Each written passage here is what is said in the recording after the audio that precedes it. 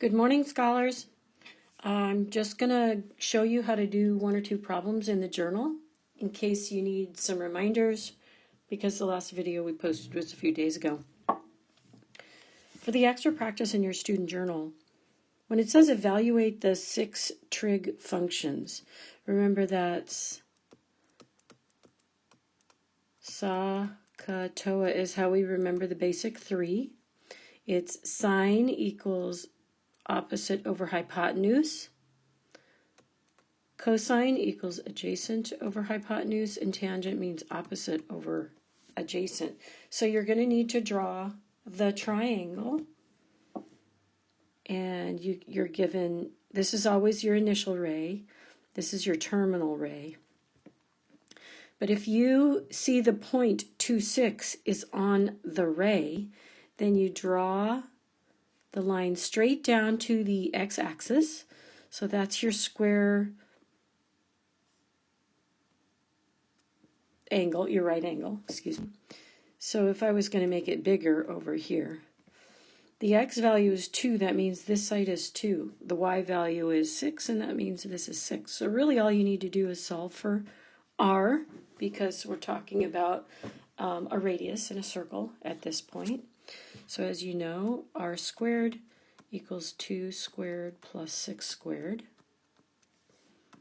So r squared equals 4 plus 36. You're going to square root both sides, and you will get r equals, remember it's root 4 times root 10. So that comes out to be root 10, which means now all you have to do is write the definitions. I'm not going to do this problem, but I'll use the space here. So sine of theta, and here's theta, is equal to the opposite, which is 6, over the hypotenuse, which is 2 root 10. Okay? Now, you can't leave a radical in the bottom, so we have to rationalize it. I'm also going to be reducing these by 2. So what I have is 3 over root 10. To rationalize it, I multiply times the equivalent of 1, which is root 10 over root 10. So that sine theta is 3 root 10 over 10. Just to remember, on the bottom, these two turn into a whole 10. So that's sine. Cosine theta is equal to adjacent. So the one connected to it is the 2.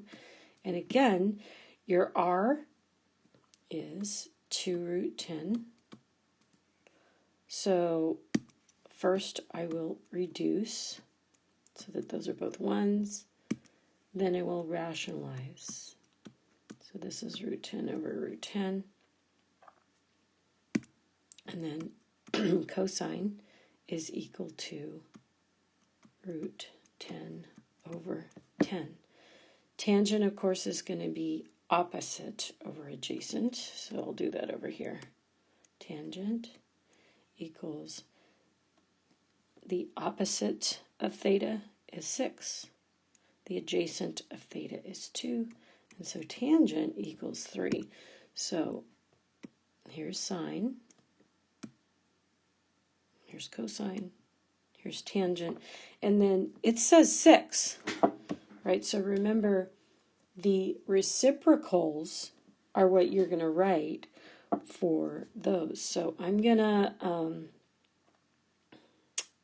I move this up? Go to the next screen so that sine theta is, whoops. So sine was equal to 3 over root 10 after we reduced, which means to write the other 3, remember the reciprocal of sine is cosecant. So cosecant theta is simply root 10 over 3. The reciprocal of cosine is secant theta. And so that's going to be root 10. You don't have to write it over 1. And then the reciprocal of tangent is cotangent of theta. And instead of 3, it'll be 1/3. And so for each one of these problems, of course you'll do number 2. This is just number 1. You're going to write all 6 trig identities. Continuing on to 3 and 4. So 3 is a degree problem, and 4 is a radian problem. Just wanted to note that, because the degrees will be from 0 to 360, and the radians will be from 0 to 2 pi. You're going to do the same thing you did in 1 and 2, except that now you have to draw the triangle yourself. So remember, if I have a negative 90 degrees or a negative anything, the direction that I'm going to go on, say, if I have a grid, is I'm starting here at 0 degrees, and then I'm going to go negative. That is the negative direction. So I'm going to draw a little axis. Here's 0. So if I want to go negative 90 degrees, it's here, which means this is theta. Okay, so my point is right here. Okay, that's my terminal ray. This point, you know, on a grid is 0 for the x, negative 1 for the y. And if you remember from the other videos, I want you to always associate the x with cosine and the sine with the y value. So you're going to, again, do all 6 trig functions. Here, cosine theta is 0.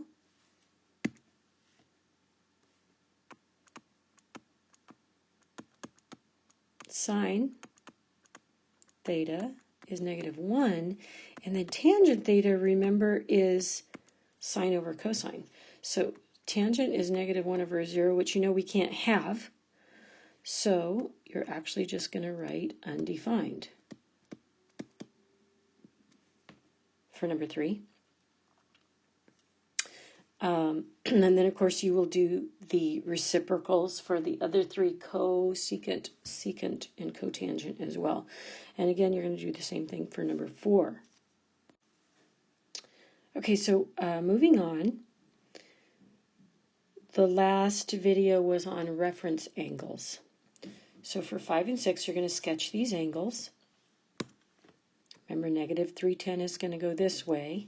But I find that some people need more help with radians, so I thought I would start with number 6. So anytime you have radians, okay, remember this is 0, this is pi,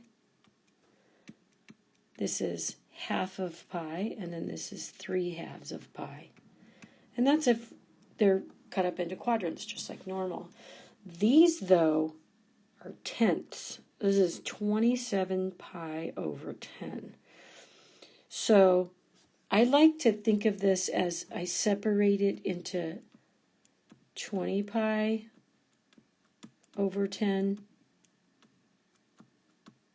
plus 7 pi over 10, because 20 pi over 10 will go all the way around once. This is equal to 2 pi.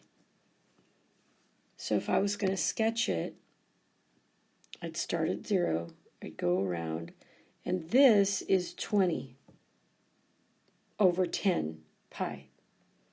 So what I have to do is figure out how much is 7 over 10 pi. Okay, so 7 over 10 is more than half. So 5 over 10 pi is equal to pi over 2. It's off the edge of my screen, pi over 2. So this is going to be like 5 pi over 10, which means you're going to go past this one. and you're just going to go a little past it, like 2, which means here's your initial ray.